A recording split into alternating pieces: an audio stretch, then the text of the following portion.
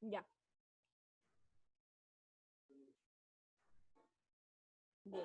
Cuando ustedes realizaron la cocción del ratatouille en Cocina uno, ¿qué tipo de corte aplicamos para, por ejemplo, el tomate, la berenjena, la cebolla, para realizar esta cocción? En rondel. En rondeles. Ya eran rondeles, ¿no es cierto? Generalmente se emplean cortes gruesos. ¿Por qué? Porque normalmente, si es que yo tengo una cocción prolongada o voy a aplicar, ¿no es cierto?, cortes que necesitan mucho tiempo de cocción en el estofado, las verduras que van a ser parte de los sabores, ¿no es cierto?, dentro de este método de cocción, deben tener cortes grandes. ¿Para qué? Para evitar, por un lado, que la temperatura de cocción alta, ¿no es cierto?, pueda disgregar o pueda romper los vegetales, ¿ya? Y si es que yo no manejo cortes grandes, también en el primer sistema de cocción que yo aplique, que sería el sellado, de pronto pueden caramelizarse demasiado o llegar incluso a quemarse. ¿Ya? Pero sobre todo lo más importante aquí es manejar cortes grandes para evitar que durante la cocción estos puedan romperse o disgregarse, ¿ya? Es por eso que también se recomienda que para las cocciones dentro del estofado se utilice baja temperatura, que ya dijimos anteriormente también, y que aquí con el aporte de la cocción de los vegetales también se recomienda, ¿no? Más aún, pues podríamos decir que se cuida mucho la textura final que van a tener los vegetales, considerando que los cárnicos van a ser los productos que más tiempo de cocción requieran. Es por eso que los cortes tienen que ser grandes, ¿no es cierto? Y manejar una temperatura baja para evitar que se rompan o que estos puedan quemarse durante la cocción, ¿sí? Entonces recuerden, cuando yo tengo cocciones prolongadas, ¿no es cierto? Donde voy a tener una temperatura controlada, podríamos decir, pero cocciones controladas de mucho tiempo, se recomiendan que los vegetales tengan cortes grandes, ¿ya?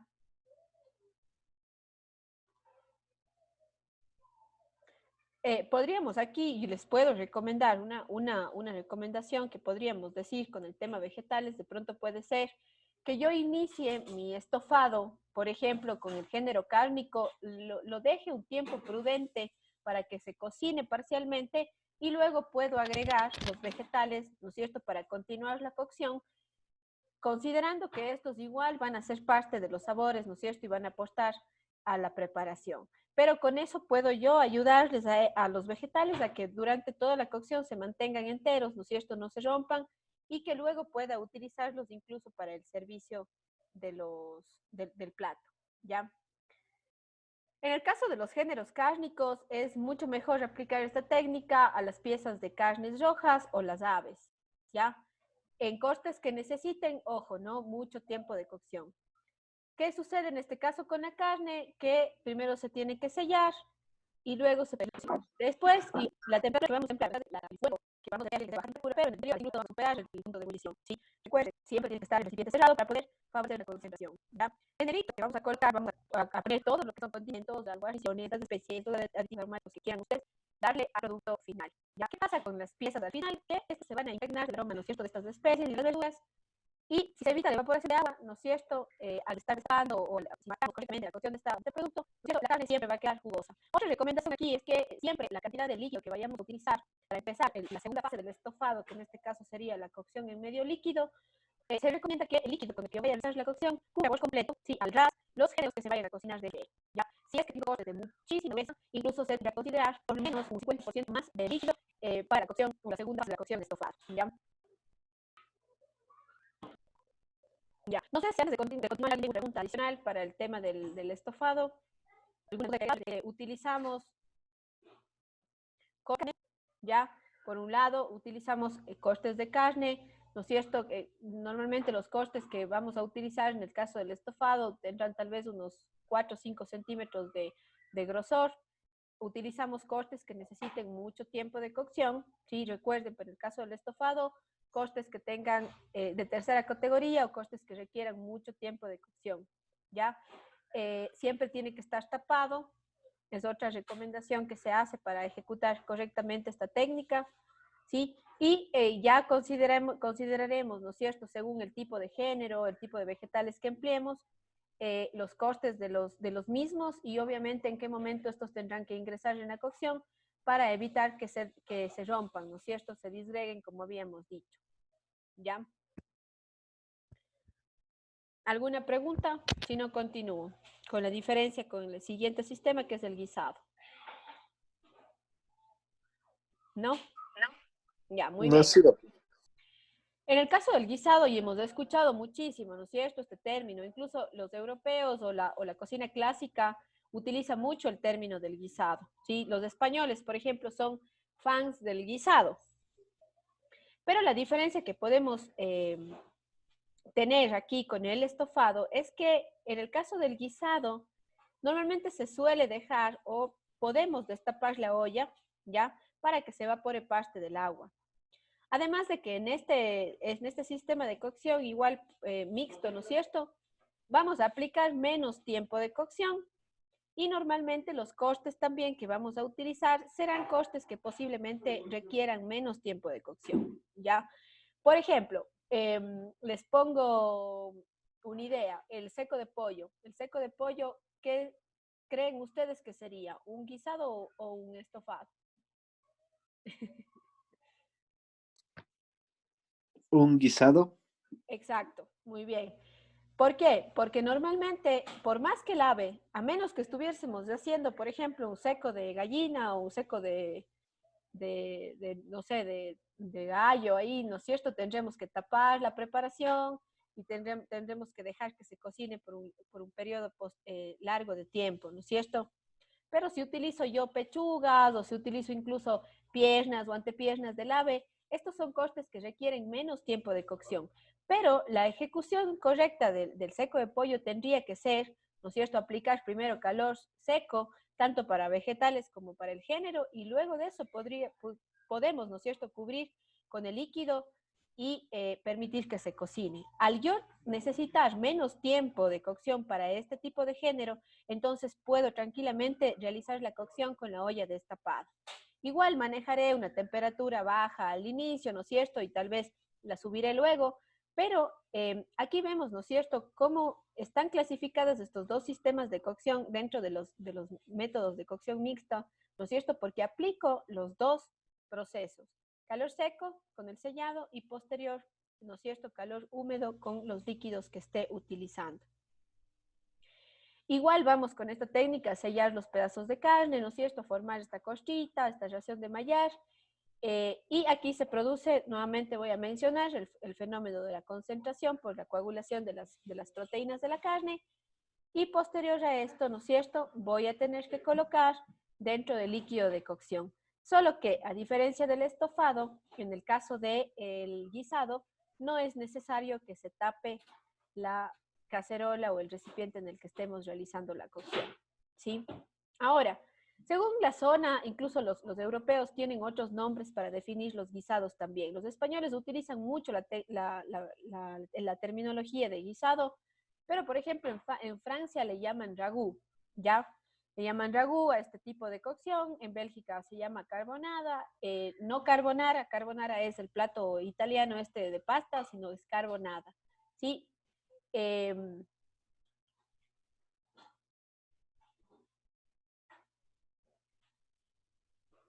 Ya, aquí tenemos algunos platos de la cocina francesa clásica, en donde vamos a analizar con ustedes qué tipo de cocción, si es un guiso o es un estofado, se realizan, ¿ya?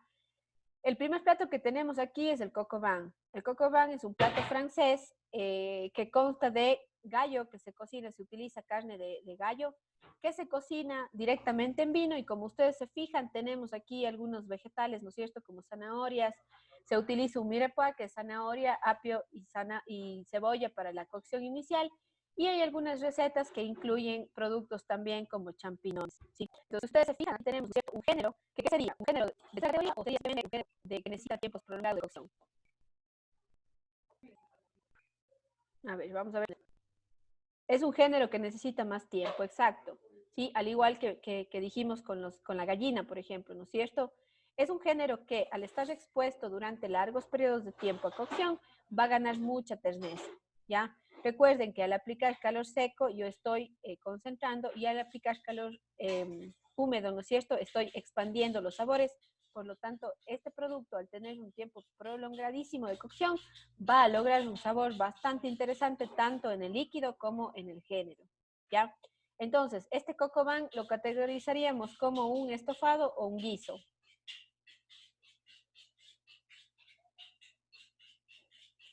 ¿Nadie? ¿Por qué están tan callados hoy? Ustedes creo que son mi grupo que más hablan, que no lo crean, y hoy están así como todos callados. Escriban.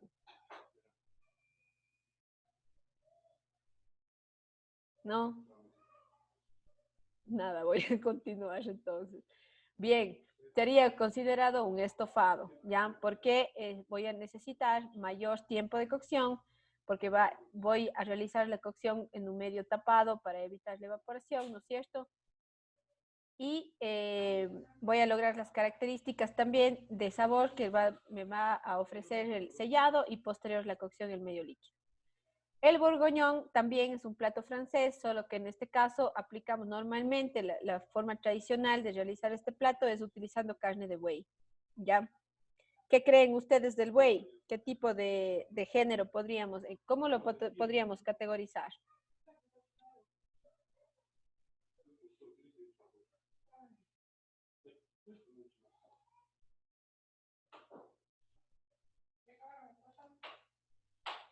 Nada, otra vez. Conozco al buey, profe. No conoce el buey, pero oigan, un buey o un toro, no sé, pues el buey es como que el género que sí, pues es el, sí, pues él es el género que sí se puede consumir. Normalmente los toros, ¿por qué no se consumen? Porque tienen mucha musculatura, mucho tejido conectivo, entonces necesita mucho tiempo para ablandar. Entonces el buey es igual, solo que en el caso del buey sí son géneros que se emplean para poder realizar cocciones, ¿ya? Bien, ahora, esto igual utiliza el líquido de cocción. El líquido de cocción, espérenme un ratito. El líquido de cocción, que ustedes ven aquí, tiene una coloración mucho más fuerte porque el tiempo de exposición a la cocción va a ser mucho más prolongado.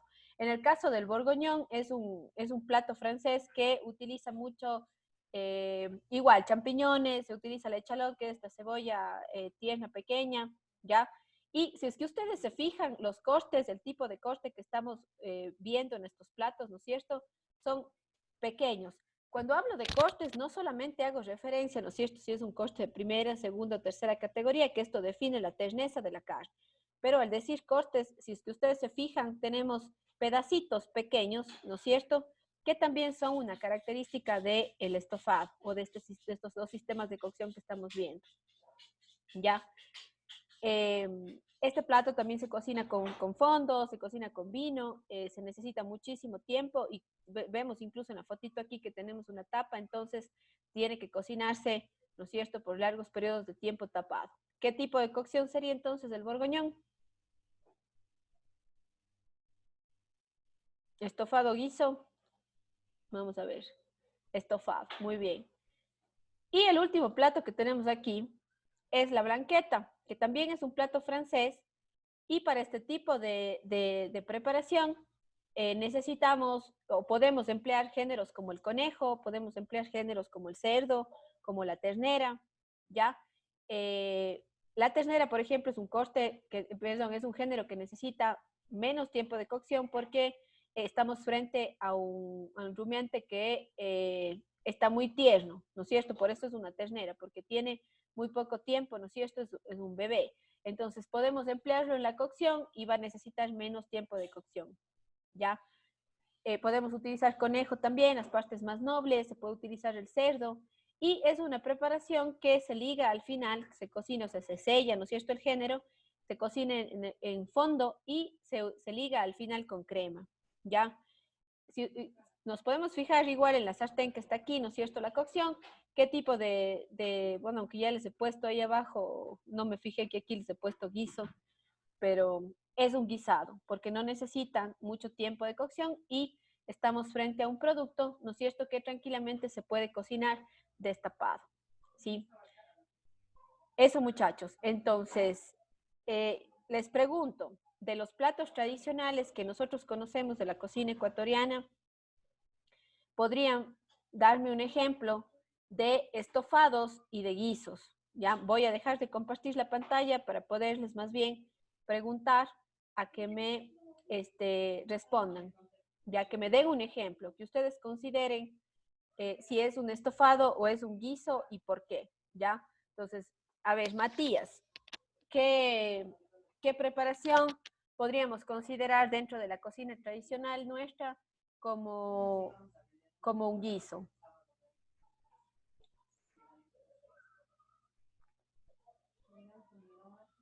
El seco de pollo, exacto. El seco de pollo podría ser.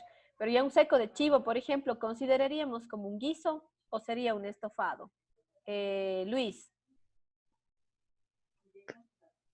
Profe, tal vez pueda ser un estofado porque la carne tal vez es un poquito más dura. Exacto, sí, perfecto. Lía, no sé si es que podemos dar un ejemplo igual de estofado o de guiso dentro de la cocina tradicional. Ya, ya, mija. Un estofado puede ser el seco de carne. Ya, sí, también consideraremos, ¿no es cierto?, el tipo de carne, porque si es que hago un seco de carne utilizando eh, lomo falda, posiblemente estemos realizando solamente un guiso. Si es que utilizo un corte, ¿no es cierto?, de tercera categoría de la res, entonces necesitaría mucho más tiempo, por lo tanto podríamos categorizar esto como un estofado, ¿ya?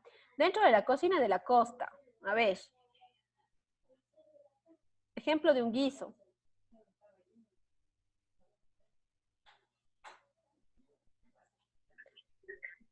Tal vez un encocado. Sí podría ser, ¿no es cierto? Porque incluso eh, cuando yo realizo este proceso de primero el sellado, ¿no es cierto? Y luego la cocción en medio líquido, el sellado incluso puede favorecer a que yo mantenga la forma, ¿no es cierto?, de los géneros.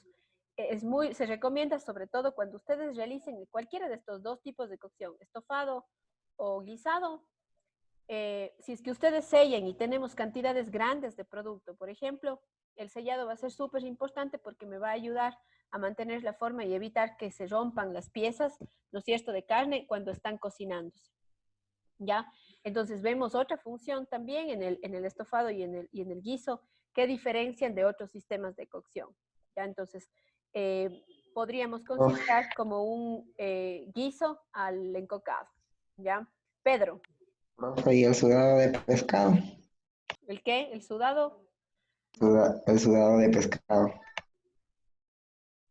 Sí, también lo podría considerar.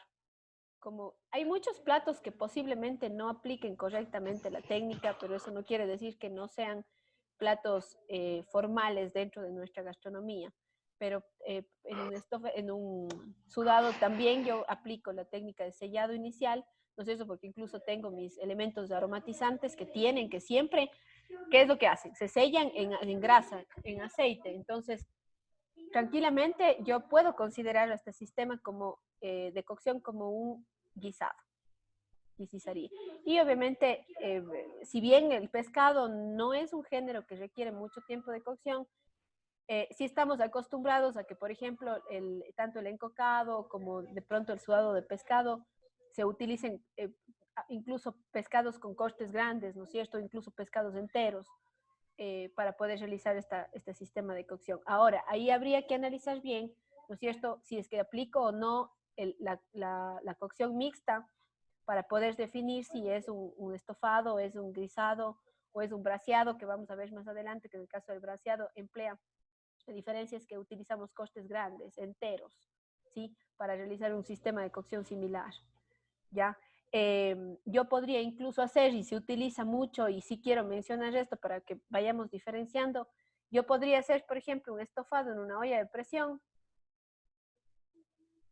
Preguntémosle a quién no habló. Jenny. Podemos responder en el chat o podemos encender el micrófono. ¿Podría yo realizar un estofado dentro de una olla de presión? Sí, profe. Sí, ¿no es cierto? ¿Cuál sería Sí. solo el proceso que yo tendría que hacer? ¿En qué me va a favorecer la cocción a presión? Porque vimos la clase pasada, verán, y nosotros diferenciamos, ¿no es cierto? Una cocción de vapor, ¿no es cierto?, en presión. Pero, ¿cómo podría yo hacer un estofado en una olla de presión? ¿O qué ventajas me podría dar la olla de presión para realizar el estofado? A ver. La concentración del sabor y la rapidez.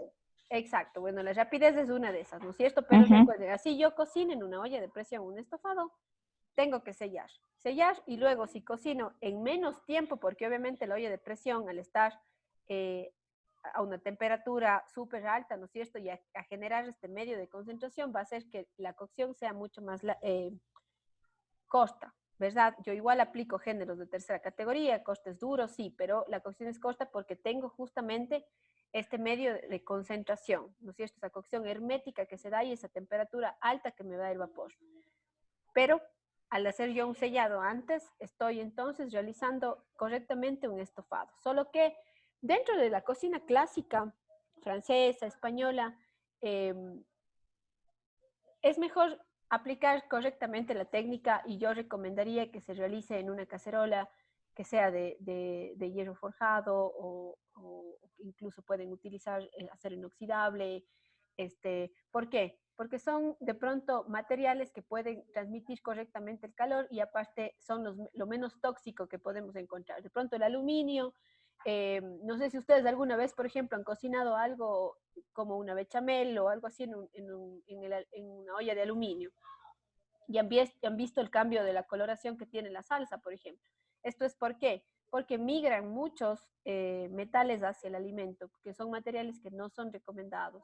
Sí, cuando yo tengo cocciones prolongadas, se recomienda mejor utilizar hierro forjado, utilizar mejor acero inoxidable, ya ollas de barro, que es excelente para realizar estos sistemas de cocción, ¿sí?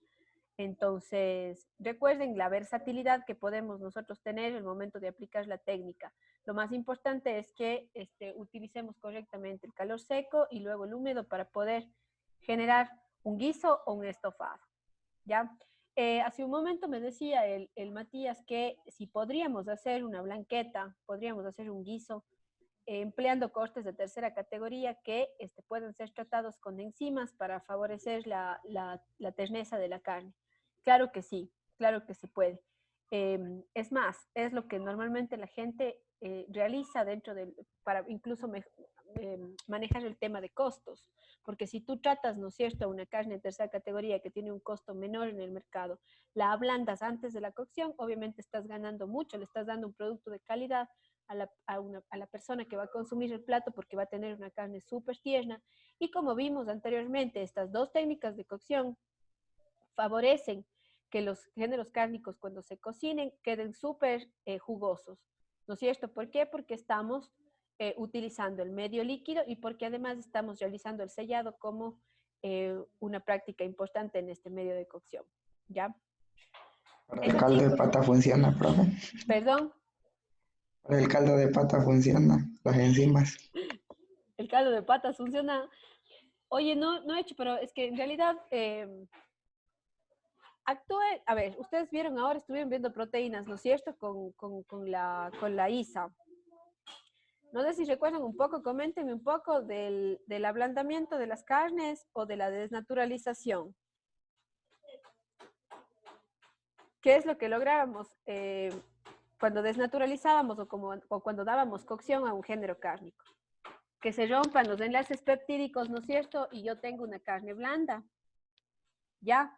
Ahora, cuando yo cocino cortes de tercera categoría, que muchas veces como patitas, estos cortes tienen más colágeno que tejido conectivo o grasa, ¿sí? Entonces, la proteína que está presente en este tipo de cortes es el colágeno. El colágeno se vuelve, luego de la cocción, algo gelatinoso, pero realmente no es una parte de la proteína que requiera ser ablandada, por ejemplo, con papaína o ese tipo de enzimas, ¿ya? Porque el colágeno de alguna manera se desnaturaliza o cambia su estructura solamente con la utilización de calor prolongado, ¿ya?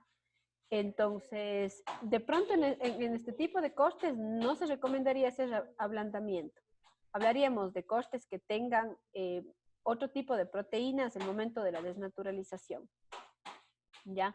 No recomendaría. El tiempo prolongado de cocción es lo idóneo para ablandar estos cortes, Pedro, ¿sí? Guardo la papaya entonces. Para otra carne apliquen eso. ¿Ya? Ahora que estamos hablando un poco de estos cortes de tercera categoría o de las vísceras, no sé si alguna vez han probado ustedes el corazón de la vaca, asadito así, ¿no? En estofadito. El estofado, no, Jonathan nos dice. Pruébenla haciendo esto que, bueno, no ablandando, no por el ablandamiento es que empecé a hablar de esto, sino más bien por los cortes de tercera categoría. A mí me parece que el corazón de la res, que es un corte que tiene un costo súper bajo en el mercado, ustedes pueden tranquilamente cortarla igual como si estuvieran laminando carne, cualquier tipo de carne, cualquier tipo de corte de carne de res. La condimentan o la dejan, por ejemplo, un día con hierbitas, con diferentes condimentos y pónganle en una parrilla, pónganle en una sartén y vean lo rico que es. De pronto en estofado sí, también es rico, pero van a ganar mucho más sabor en este corte o en esta víscera si la hacen asada. Sí, son los famosos anticuchos que se hacen en Perú, en Bolivia, y que son una exquisitez. Y oigan, si alguien dice que no le gusta, es porque realmente en algún momento tal vez ya habrían pasado gato por liebre en una comida, pero realmente no es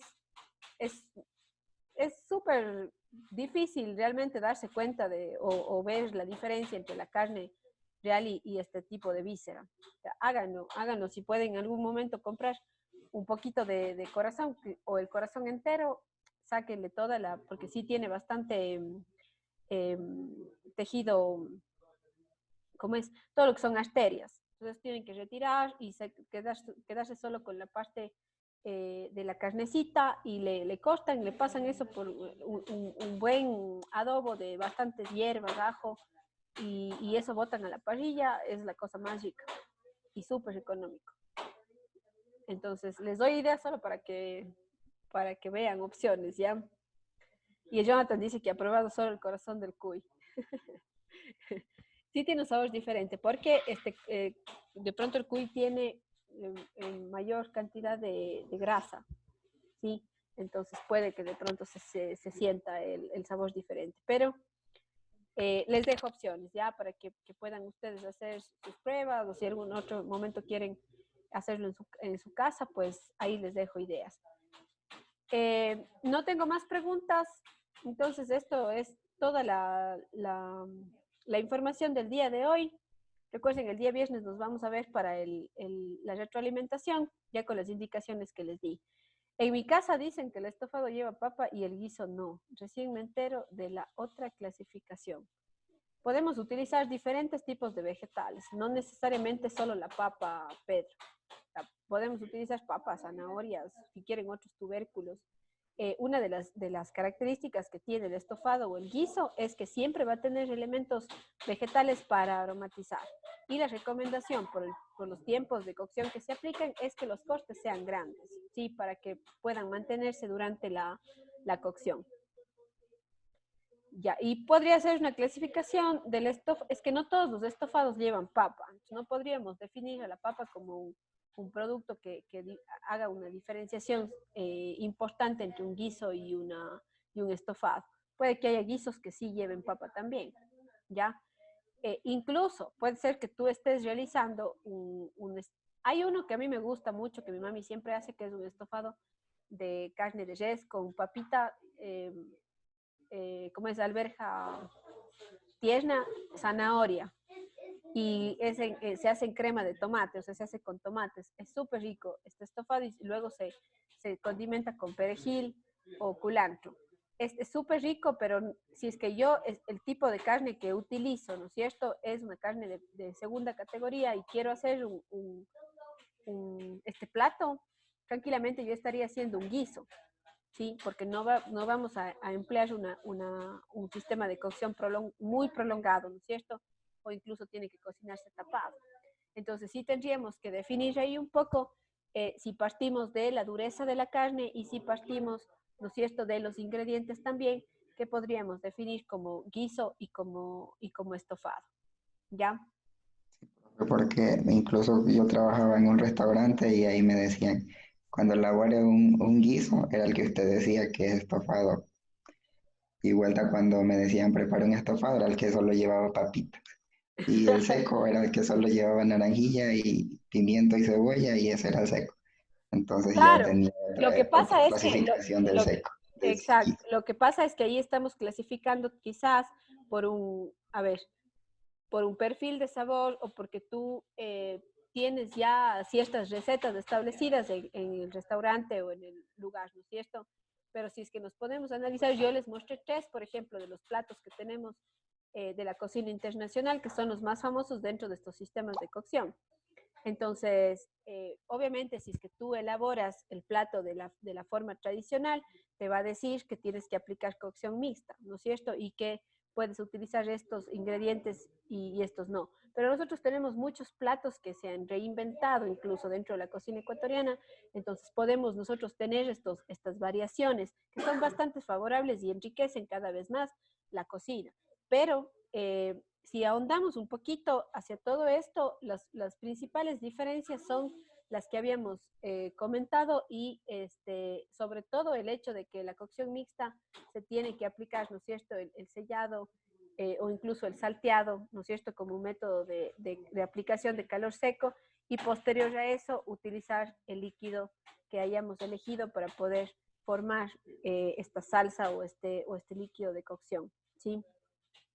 Aparte de eso es que una característica muy importante con el estofado y los guisos es que los líquidos, a diferencia de las otras cocciones que hemos revisado, a excepción tal vez del pochado, que les decía que podríamos utilizar el líquido para una salsa de reducción o algo así, en el estofado y en el guisado vamos a aprovechar todo el producto.